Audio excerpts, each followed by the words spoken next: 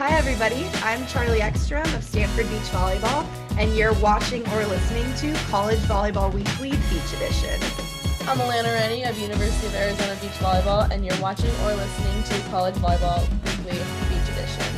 Hi, I'm Kate Privett of TCU Beach Volleyball, and you're watching or listening to College Volleyball Weekly Beach Edition. You've tapped or clicked in to College Volleyball Weekly on Viral Volley Media. Now here's your host, Rob and Mike. With me on screen, as always, Kate Privett of TCU and Charlie Ekstrom, of course, of Stanford. We got Charlie from Baton Rouge, Louisiana, and of course, still at TCU, Kate, who flies out early tomorrow morning for the Center of Effort Challenge coming up this week in Cal Poly, San Luis Obispo, or otherwise known as Cal Poly. Good day, ladies. Good to have you back on. Thanks for having us, as always. Yeah, good to be back. It's kind of funny, Kate, we're flipping places. You get to go to the West Coast this week, and I'm out here on the East You're side. right. That is funny. Just send each other's jerseys. You can play for each other in the pairs. Yeah. Well, last week in week 7, we saw a lot of movement in the polls, not big movements. The biggest mover was like maybe 2 spots. And depending on what poll you're looking at, the collegebeachvb.com or the AVCA, Pepperdine still in on the AVCA, whereas they drop out and Arizona goes back in for the CVW College Beach Volleyball and the AVCA. So there's definitely some disagreement between the media and the coaches, but they're just polls. So let's just check out the first result that I had in mind, and that was Pepperdine dropping out of the top 20 after 2-1 week, losses to number 11 Long Beach State 3-2. Long Beach State's a legitimate team, and I believe that, Charlie, you've seen them twice or 3 times now, right? We've seen them twice, yes, and they're definitely a legitimate team. We were able to edge ahead of them the first time we matched up against them 4-1, and the second time 3-2, but it all came down to our final dual score, and it went to 3. They battled us well, and they're a very talented team. And I believe you haven't seen them this year, correct, Kate? But Mm-hmm. you'll see them this weekend, though. We'll see them this weekend. I don't know if we'll be playing them, though. They're not in our pool, so we could play them depending on the pool, how the pools go. But I'll get to see them, which will be good. Yeah. Well, they had one of the pairs of the week is Megan Widener and Natalie Glenn for Long Beach State, who got the Big West pair of the week. So another young pair for Long Beach State, looking good for Mike Campbell and the Beach. But let's go up number 19, Arizona, back in the top 20 after a 1-week absence. I know Alana, our third contributor on board who we're missing, wasn't happy about that, but unfortunately it came at the expense of defeating Stanford 3-2. So let's start with Kate, and then we'll have Charlie wrap it up on that one. Last week I did say it's for those teams, it's important for them to get big upsets in order to get back in the rankings. And sorry, Charlie, but Arizona got their upset and they made it back in the rankings. So yeah, I mean, that's awesome. That's awesome for them. So yeah, I wish Elena was here to say something, but. All right, Charlie. I mean, Kate's exactly right. These teams that are like every team that's in the polls right now is competing to stay in the spot that they're at or rise higher and higher so that they can be competing, as that talk has been about the at-large bids. And while it sucks to be upset, I think that it's absolutely adding fuel to our fire, and it's just getting us back into that grind mentality, getting ready. It kind of, from our perspective, reflecting back, I think it's just a good note that it's like, all right, like they came out guns blazing. We were in kind of this like neutral zone. We were on campus, but it wasn't in our home stadium. And we need to just be ready to adapt to elements quicker. And Arizona adapted to some elements quicker than we did. And I think that reflecting back, that we're really looking forward to just pushing forward and trying to get a couple upsets at this end of season, last couple of weeks, so that we can keep on working to secure one of those bids for the national championship tournament. Yeah, all important time. And also making a mini move is Stetson, now number 18, moving up 1 from 19. But they kind of had a big week with 3-2 wins over Georgia State and South Carolina. They started the season at number 14 and were consistently tailing off here, but that's a big win for that program. And I do believe they do have a pair of the week. Let me get the names out here. For Stetson, let us go to, oh gosh, I've got so many notes. It's one of the toughest things to track here. It is Caroline Ferraris and Anata Namike, the Brazilian and Latvian pair. So what do we know about Stetson that you've seen? So let's start off with you, Charlie. Yeah, so Stetson is kind of this question mark to me in all reality. They've been able to pull off some really great upsets. They've also been upset pretty consistently. And so Stetson's kind of doing this dance. I mean, they've got the historical wins now. Like they've got this win over Georgia State. They've got the win over South Carolina. But then again, they lose to UT Martin, who's been unranked for the entire season, not anywhere in the polls. And that's a huge win for UT Martin, but it's also a huge loss for Stetson, who's competing again for a potential conference bid and also a potential at-large bid. I'm interested to see where Stetson's going to end up falling because of the fact that they'll have some of these really huge upsets, but then they'll come back and they'll be upset themselves by unranked teams. And so Stetson is kind of like doing this very interesting dance to me where they're winning the games that they shouldn't, but they're losing the games that they should, is what it kind of seems like to me. Oh, nice analysis there, Charlie. Let's jump over to Kate. Yeah, Stetson, I agree with Charlie. They're always a great team, but they're losing to some teams they shouldn't, and we'll see how that falls in the end. But their pair of the week is a great team. I played them this year and super scrappy, and they deserve it. So I'm really happy for them. I had the honor of seeing them play 3 times in Long Beach. So they're a pretty good team. I like watching them play. They're not oversized, but they got some big arms at each of the pairs and super physical for that height too. They're 5'10-ish, 5'11", but they're all big jumpers with big swings. So that's some good weapons to have as you're going into the tail end of the season here. Big news for FAU, who's up 1 from 16 to 15. They had some, is odd because they had losses to Florida State, LMU, and LSU, but they moved up. But I think a lot of people are realizing that they got one of their key players back, Marketos Svozilova back, who's playing with Courtney Moon, and they went 2-0 for the weekend at the Forest. But they are. I mean, that tournament they were playing in, is it the Unconquered? Is that the name of it that they were at this weekend? I mean, those are quality losses. Florida State, LMU, and then because it was play till a victory, LSU swept them 3-0. But what do we know about FAU? They kind of faded, came back up again, but I think they're peaking at the right time. What say you, Kate?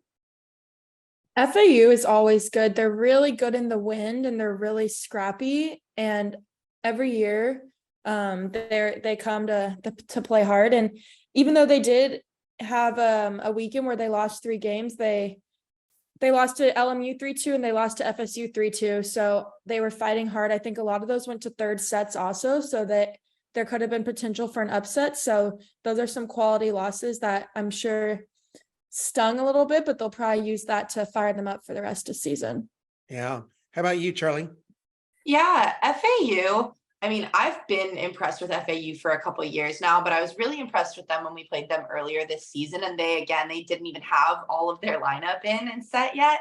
So having a key player come back, and then I'm seeing here in our notes that it's like LMU beat them 25-23 in the 3rd set at the threes to win that duel. So it coming down to the wire that much, 25-23 in the 3rd set, that's a crazy barn burner of a game.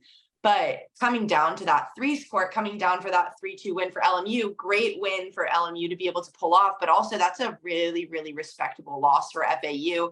And I don't know, I'm impressed by them. Like Kate was saying, they're super scrappy. They don't let a lot of balls drop. They are good servers. They're very aggressive. And I was really impressed with them when we played them. I think that we were very, very happy that we were able to edge ahead of them 3-2 this year. Yeah, without a doubt. Let's jump up to our biggest drop of the week. Again, keep in mind, there's only 2 spots they dropped, but it was a Georgia State from 11 to 13. And Georgia State's one of those scary teams to play because at each of the flights, they've been able to upset some people already, even though the East meets West and all through, with the Ferrari twins, who we constantly talk about, but they beat number 15 South Carolina, but lost number 19 Stetson and barely edged UT Martin 3-2. So from what I saw, they were a really good team.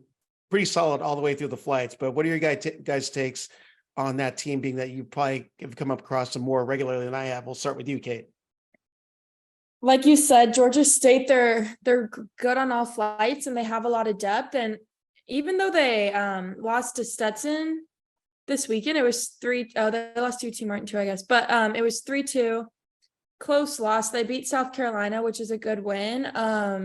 And we'll see how they do in their conference tournament and at nationals, because as we saw last year, they won their conference, they made it to nationals, and they upset 2 or 3 teams. So I really think that they're gonna use that confidence from last year this year, and we'll see how they do. But yeah, Georgia State is a good scrappy team, and Beth always has her players ready. Yeah. How about you, Charlie? Thoughts on Georgia State? Yeah, Georgia State, they are that kind of postseason team that I want to be looking out for, because they were like the queens of the upsets last year. So I'm really looking forward to watching Georgia State as they edge into this preseason, like Kate was saying.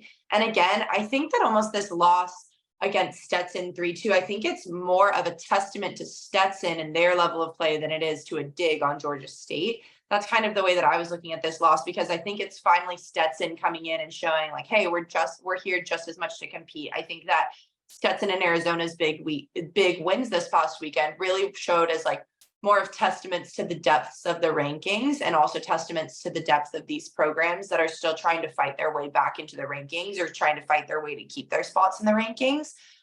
So I think that huge win for Stetson, but also Georgia State. I mean, they're really, really talented. They've got a great depth. They're just very scrappy. I mean, looking at we never stop talking about them, but I think it's just because of how fantastic they really are, these Ferrari twins. And I think that looking at it from the Georgia State perspective, I think having that much scrap, I think that it's going to look very good going into a postseason where it's going to get windier, it's going to get hotter, it's going to get to kind of where we're looking for sheer athleticism and scrap that's going to win these kind of duels in the long run. Yeah. Kate. Oh, I already talked about Georgia State. I was going to ask you, well, actually you've been in Florida State in that area, the wind and the sand, but I guess Georgia State is in Atlanta. So it's kind of in a urban setting. You got the buildings and everything around there, but what's it like playing in that kind of scenario? Because I don't think you've been to Georgia State this season yet, right, Charlie? No, we haven't. I've probably played Georgia State like 10 times or more, or 15 times, but I've never played at Georgia State. So I in all my 4 years at Florida State, we would play them at least 2 or 3 times a year, but I never actually played them at Georgia State. So I see the photos and the videos, and yeah, there's buildings all around them. I think they're on the roof, but I've never actually played at Georgia State. Well, it seems like they acclimate pretty well to the wind and all the elements at Gulf Shores. I hear that's the make or break, because even talking to some of the coaches, like they want to get their teams out onto like to Gulf Shores or to Florida so they can deal with the wind and the hot and the muggy and all that stuff. So the upset of the week was this one that caught my eye, but LMU going up to 6 from number 7 after beating Florida State. Let's start with you, Charlie, on this one, and close out the former Seminole. Kate.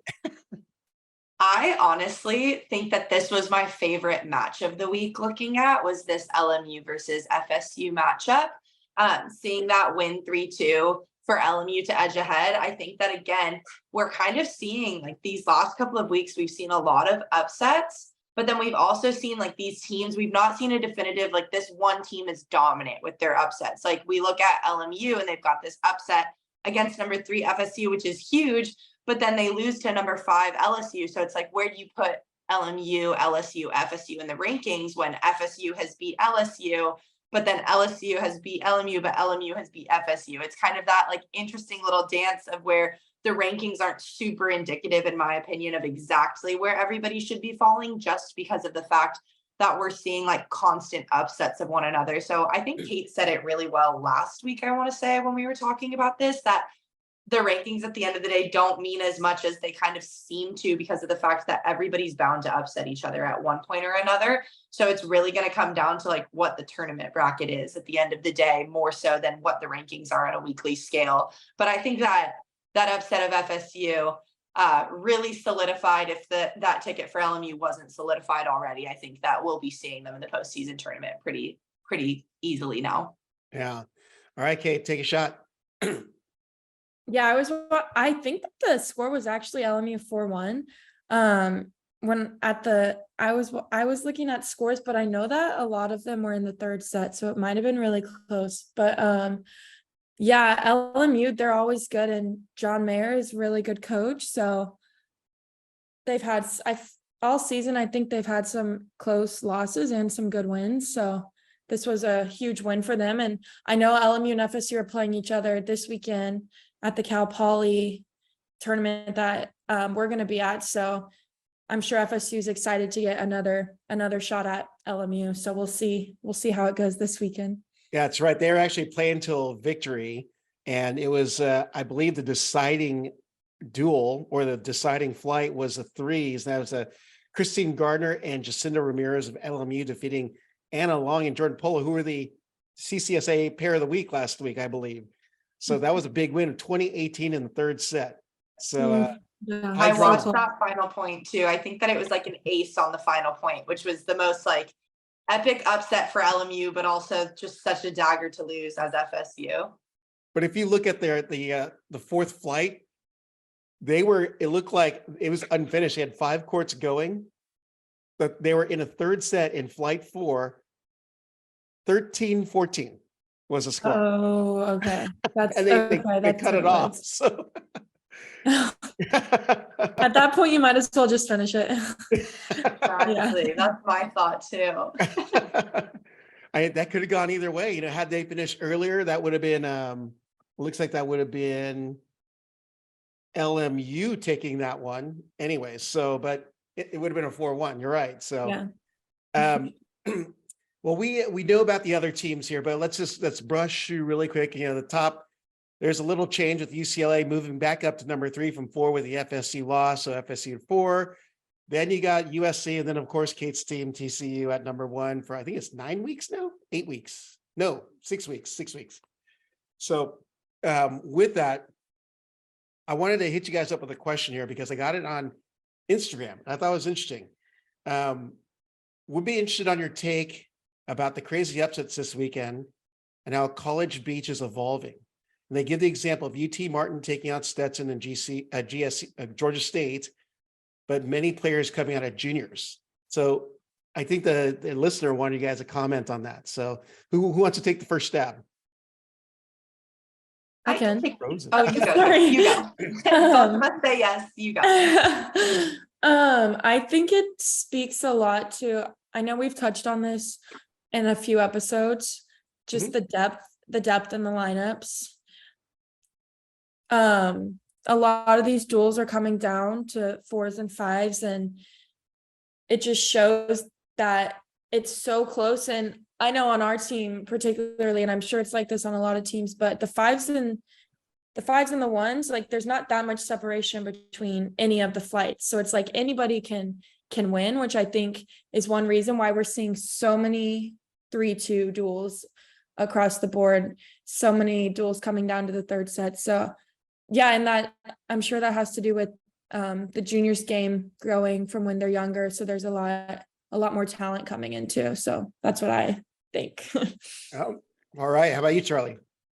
I couldn't agree anymore. I was going to add to that. Like you rarely see a 5-0 sweep anymore. I mean, they're still out there, but right now with kind of the depth in the whole of like the national beach volleyball scene, we're seeing a lot more in the top 20 of them being 3-2s or being 4-1s. We're seeing a lot less top 5 pair or top 5 schools just sweeping everybody else. We're seeing a lot more parity and expansion in the sport, which I think is really awesome.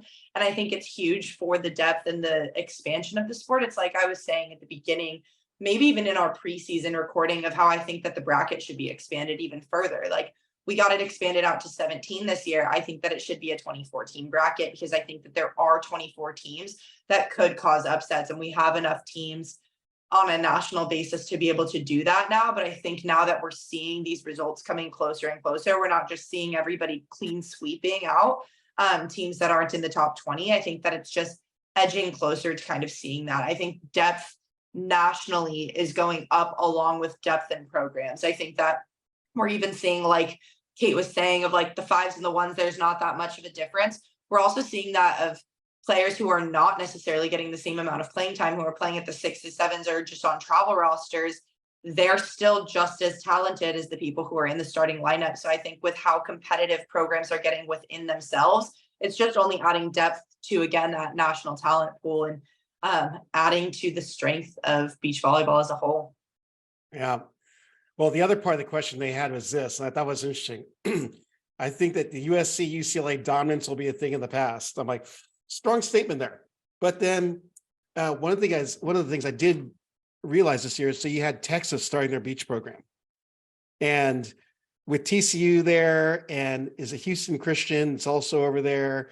I look at the talent that's coming out. Look at the top players in the nation that have been recruited by UCLA, USC, Texas. And I know I've spoken to some parents of East meets West and some of the other Battle for LAs that happen to be Texas parents. Like, oh, if Texas if they had a program, our daughter would have gone there in a heartbeat. So we could see a change in the, where the talent pools and where the powerhouse is going to be with a program like Texas, with money and size and the notoriety of the name. But want to get your guys' thoughts with these developing programs, and USC, UCLA not in prominence yet. I don't know about that, but let's let you guys have a stab. I can start with this one. I still think that UCLA and USC are absolute powerhouse programs, and I don't think that they'll ever really shy away from being powerhouse programs. So I'd almost challenge that question and say that I don't think that their dominance will be a thing of the past. I just think that other schools are increasing in their talent pools to where there will be a greater level of dominance. Like the playing fields will be lightly more leveled, but I don't necessarily see that in their level of play going down. I just see that rising tide like raises all ships kind of mentality of where the talent in the nation is becoming so wide, like spanning so wide across, that these two programs that historically have recruited the best players always and had this strength, they're not going to be the only programs with that strength anymore, because of the fact that we have so many more players who are able to contribute at such a high level from all across the nation.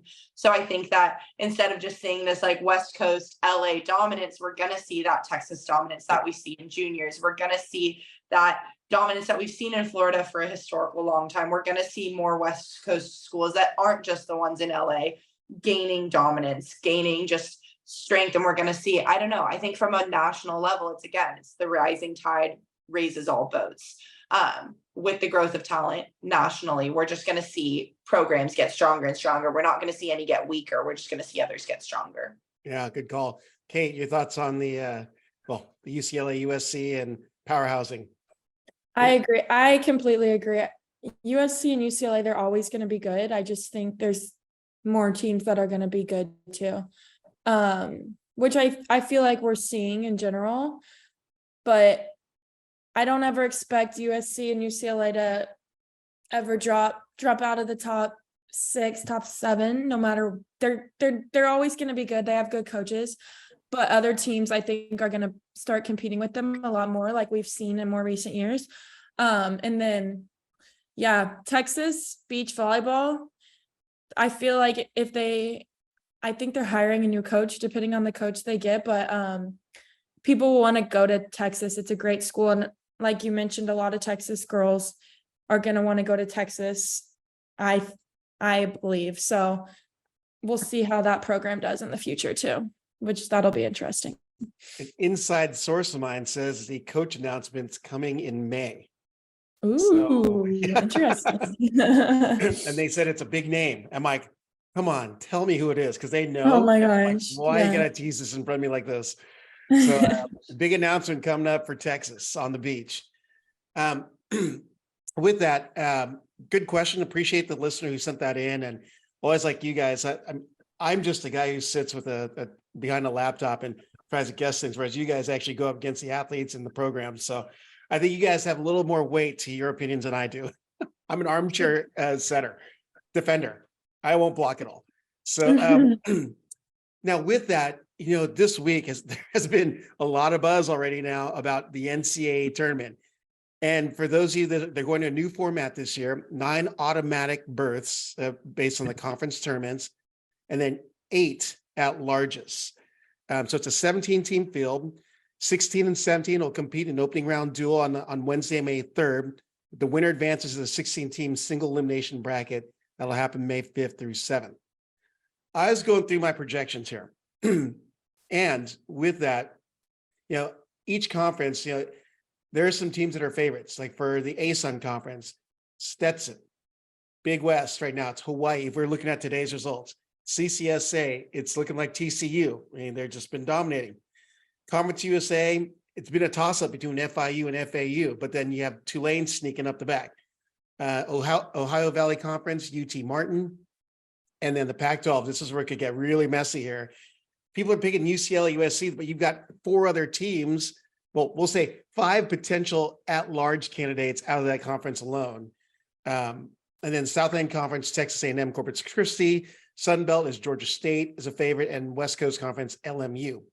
According to my math, you have 13 teams that would be vying for 8 at-large spots. And that's assuming that there isn't a huge upset in one of the other conferences, like one of the significant conferences. Like, let's say LMU, for some reason, Pepperdine kicked something into gear and was able to match up and beat them in their tournament. That could wreak havoc on everything. So, but what are your thoughts on the teams out of the conferences? I know we already mentioned some like ACE, and we were talking about Stetson, but the potential at-large berths or other contenders are FGCU and UNF, because UNF had not a late surge, but a mid-season surge. What do we know about these teams? And let's go with you, Kate. Those 3, Stetson, FGCU, and UNF, we saw them last week, and honestly, I think any of those 3 could win the conference depending on who shows up that day. The games that they played were all 3-2, and I know that they've kind of been switching back and forth. So that one, I would say Stetson's the favorite, but I'm not going to be shocked if FGCU or UNF take it. I think it'll just come down to who plays better that day. Yep. Charlie, how about you? What do you know about the ASUN conference? I think that Kate hit the nail on the head with that one. I think that we're seeing FGCU and UNF kind of come back from behind. I think Stetson's historically been the name to kind of watch in ASUN, and they've been the historical dominant force. But UNF being this very scrappy team that they have been being able to put up a couple upsets, and FGCU, just with the knowledge of their program, I know that they're also a very strong program, even though they historically don't kind of get the hype that a lot of other schools do, and they don't necessarily make it in the rankings, but they're still a team that is not to be messed with. And so I think that that's a toss-up in the conference. And then again, I think that you were saying that kind of like, obviously we see a lot of strength in the CCSA with TCU, but there's probably 4 or 5 teams from the CSA that are also vying for, in that group of 13 schools, vying for 8 spots. And I think that any of the 5 schools who don't make it, of those 13 viable contenders, I think that all of them could equally be at this tournament. So, I mean, it's kind of crazy to think about, because I think we're going to see a bit of a toss-up when it comes, and you almost hope that the conference tournaments will go exactly as you expect them, so that you can see some of these contenders that are vying for at-large bids still get them. Because if a big upset happens in one of the conferences that seems to be overly dominated, then like you were saying, Rob, it kind of becomes this big toss-up of a team that's going to get an at-large bid now is taking one from a team that clearly was going to get one, but now isn't going to, because a conference didn't go the way that it was expected to. Yep. Anything to add, Kate? I agree. It's gonna be a hard decision for the committee, and it's gonna be really fun to see what happens in these conferences.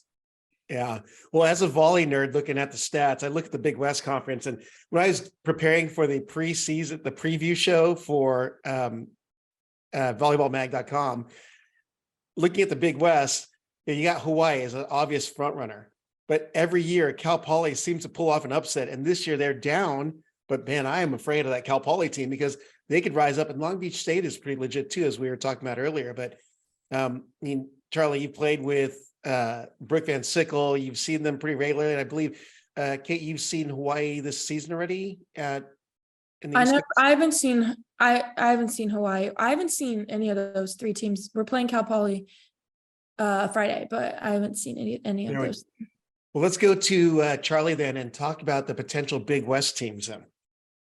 Well, I think we're seeing this kind of return. It's a big question mark with the Big West because the Big West last year, Cal Poly secured their bid, and I don't think that they necessarily would have gotten an at-large bid if they wouldn't have won their conference, but they came from behind, like came through the woodworks and beat Hawaii, beat Long Beach State, and they ended up kind of edging Long Beach State out of the running for a wild card for one of those at-large bids. And so Long Beach State, I think, lightly got gypped out of the national championship tournament last year, but that was only because they didn't perform at the conference tournament, and Cal Poly ended up being this big upset and winning the conference. So if Cal Poly is able to do something like that and edge ahead when they've been unranked all season, and they're not in one of those groupings that's anticipated to get an at-large bid, if they're able to pull off the same upset, then again, that takes away an at-large bid that's going to go to either a Hawaii or a Long Beach State, that it was anticipated that only one of them would have to vie for an at-large as opposed to both of them if Cal Poly is able to pull it off again.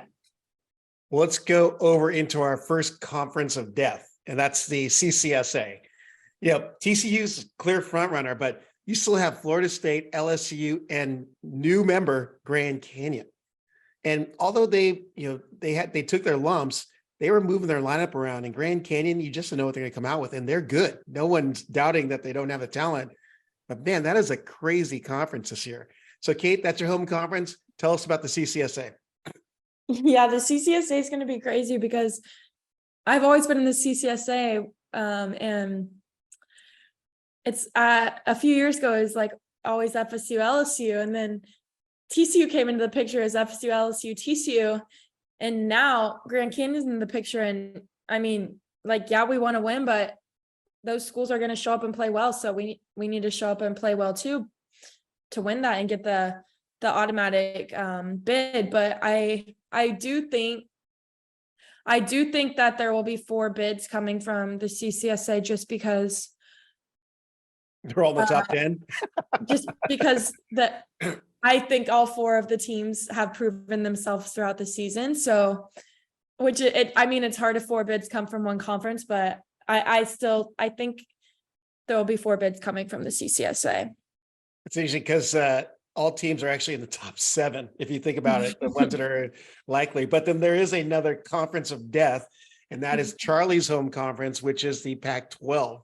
Because the way I've projected out, if CCSA gets 4 of the at-larges, the other 4 at-larges probably have to come out of the Pac-12, which means, all the other teams have to win their tournaments. But I got right now, and this isn't set in stone for all you UCLA, USC haters and want to hate on me. I'm just saying it's either going to be UCLA or USC at the top, but you got to have Cal, Stanford, Washington, and of course, Arizona in the mix, who's on the bubble.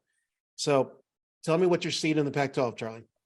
Yeah, after this last weekend, I think that it was very clear that nothing is certain in the Pac-12. I think that, similar to what Kate was saying, like, they have 4 schools that are going to come out. I think that we have probably between 4 and 6 schools that are going to come out and show up. And again, while USC and UCLA have shown just kind of a strong dominance, we've gone 3-2 with both of them. I know that they've gone 3-2 with Washington. I know that they've gone 3-2, I believe, with Cal before. I know that UCLA swept Cal this past weekend, but that doesn't really mean anything because Cal's a strong team nonetheless. That felt like a crime saying that, being a Stanford player, saying that Cal's a strong team. But again, they really are. And I think that we could very much see 4 teams come out of the Pac-12 as well. And I was thinking about it, like you were saying, Kate, like, it's hard to say that there's going to be 4 teams out of these conferences, but I believe last year 4 teams came out of CCSA and 4 came out of Pac-12. I don't know if we'll necessarily be able to see more than 4 out of these conferences from a wild card, like, at-large standpoint, but at least we see like 1 berth at-large. So then it's technically only 3 at-larges going to each conference. So then that still leaves 2 more wild cards up for grab. But again, seeing these 2 powerhouse conferences with the CCSA and the Pac-12, I think that there's a lot of these schools that have really proven their point. And like you were saying, Rob, with the CCSA, all of those 4 schools that Kate was mentioning are in the top 7. And then that top 10 trickle down becomes like Hawaii, Cal, Stanford, and UCLA and USC are in that top 4. So, I mean, in the top 10, 8 out of 10 programs are CCSA, or is it 9 out of 10? I think it's 8 out of 10 programs are CCSA or Pac-12. So, I mean, I feel like that's a given that we should be seeing some of these teams as long as they're still able to win matches. Right. Well, you have the up and comers like Washington, who's had a breakout year you got to keep an eye on. And there's always Arizona, who has the talent. And of course, the mighty Cardinal, the Trees, who have a really good talent throughout their lineups. But Cal, we've seen it, Ainsley Riddell and Ashley Delgado and the rest of the flights that are in there. And, it's not gonna be a fun time come that last conference tournament, ball dropping, and then the committee has to meet that night and then go to the NCAA selection show the next morning. Not going to want to be in that committee. No. Yeah, it's gonna be hard. So It's gonna be a toss go up ahead. for sure. Oh, I was just saying it's gonna be a toss up for sure. We got a long 3 weeks ahead of us leading up to this end of season. Well, I was going to go over the pairs of the week, but I don't have everyone listed. So we're not going to do that unless I get everyone. Conferences, get your pairs of the week out so I can get the information out there, please, if you're watching or listening. So we can give everyone love that needs the love. But I just start off with what you guys are watching this week, because pretty important week. It's the last week of regular season play before the tournament starts, so to speak. Well, actually next weekend, like I know UCLA's senior day, they're hosting LMU and the finale against USC on Thursday, which we'll have one more episode on Wednesday night. But I mean, we're down to the nitty gritty here towards the end. But what are you guys watching? We'll start with you, Kate. I have to say, not just because I'm going to be there, but I think a big tournament to watch is the Center of Effort Challenge. It has at Cal Poly, it has the top 4, and then so it has 1, 2, 3, 4, and TCU, FSU, USC, UCLA, and then it has LMU will be there, Long Beach will be there, Cal Poly will be there, and Pepperdine. So there's going to be a lot of great duels. I'm sure we'll see a lot of 3-2s. So, I mean, I'll have my eyes on it because I'll be there, but I think a lot of people will probably have their eyes on the Center of Effort Challenge. All right, I'm going to piggyback on that, but after Charlie goes. I was also going to piggyback on that. I think that's where the nation's eyes should be on, is this Center of Effort Challenge this weekend, because of the fact that having all 4 of the top 4 in one place again is a pretty cool thing to be able to watch. And also having LMU, also having Pepperdine and Cal Poly coming in.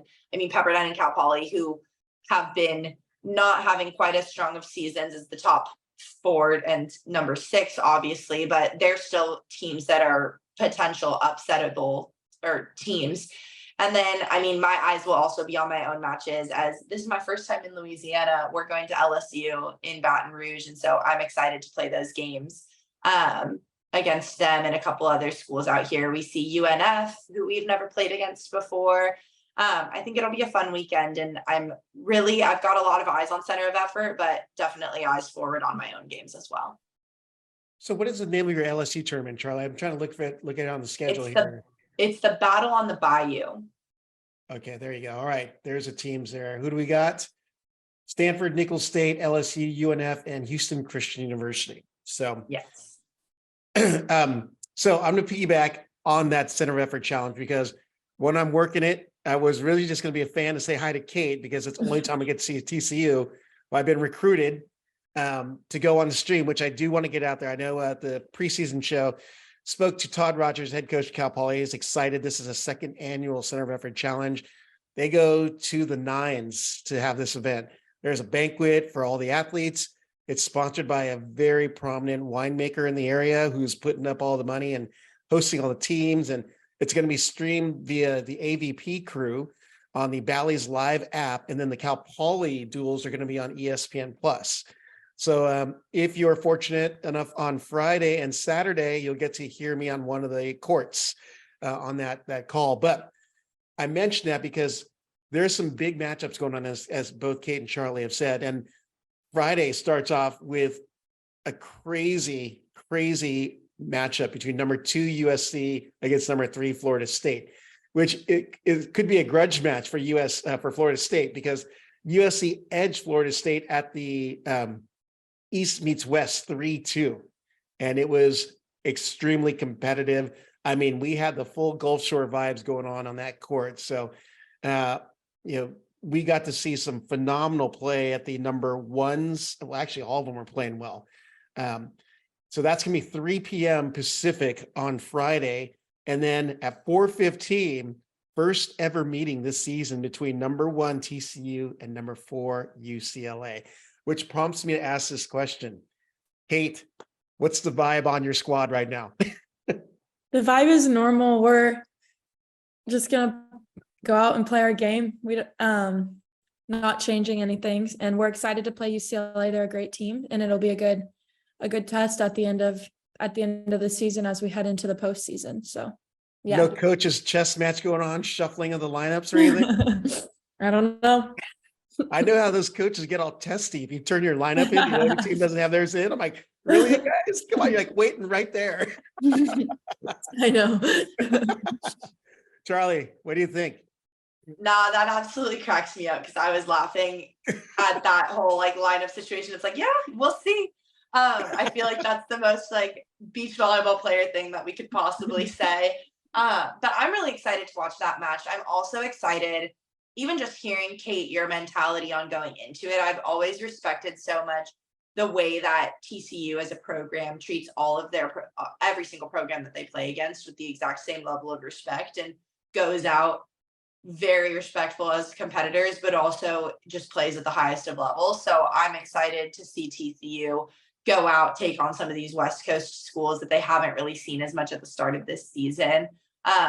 Because I mean, at the end of the day, TCU, you guys have held that spot pretty dominantly this season at number 1, and I'm excited to see if you can keep it. Yeah. Well, there's one. Sorry, go ahead, Kate. I said we'll see. There's one more match on Saturday. Obviously, the format goes, you have 2 pools, 2 East Coast teams, 2 West Coast teams in each pool. And then the first place in each of the pools will play each other for first place, and there's accordingly second. And then obviously the loser gets second place, third, and then 4th, 5th, 6th, and then 8th. The other match I was looking to look at was another grudge match, 12:45 Pacific on Saturday. Florida State versus LMU. So Florida State's right in the middle of the mix here. It's an opportunity to redeem themselves against LMU after the loss this last weekend. What do you think? We'll start with the West Coast side. Charlie, repping LMU. How do they go into this matchup? I think they go in exactly with the same game plan and mentality that they had at the start, because at the end of the day, they upset FSU while they were on FSU sand. So whatever mentality they had to go and beat FSU at home, I think they need to keep that going into the Center of Effort Challenge. And I also think that maybe even a little bit more, because of the fact that FSU now has that loss tagged on. So they're going to come out with just that much more fire and that much more desire to come out and kind of play very dominantly. So I think it's LMU's game to win. I think there's more pressure on FSU than there is LMU here, because at the end of the day, it either washes out or it shows LMU's dominance. So it's LMU's chance to really step up and raise themselves up into the rankings, or it's FSU's chance to say, hey, this was a wash and we're here just as much as you guys are. So I think it'll be really exciting to watch. All right. And representing the East Coast, Kate Privett, the former Knoll.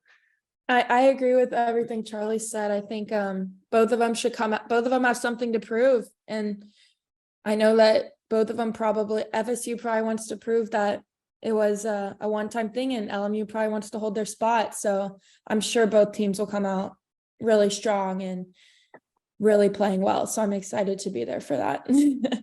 Definitely good stuff happening this weekend. And we still got one more week after that, and then the conference tournament. So with that, that's going to end episode 7 of College Volleyball Weekly Beach Top 20. That's Kate Privett of TCU and Charlie Ekstrom of Stanford, missing Alana Rennie of Arizona this week, but hopefully we'll have her back next week with some more exciting results and let the drama begin, or postseason pandemonium is like I've been calling it. do these ladies a favor, follow them and their programs, and just keep growing the game of beach volleyball and volleyball. Love seeing the engagement of the questions, and got a great crew as always every year here on College Volleyball Weekly. So Kate, thank you. Charlie, thank you. Look forward to talking next week. Always a blast. And good luck, of course. Thank you. Thanks for listening to College Volleyball Weekly. Be sure to follow Rob Aspero at the Rob on the Mic on Instagram and at Rob on the Mic on Twitter.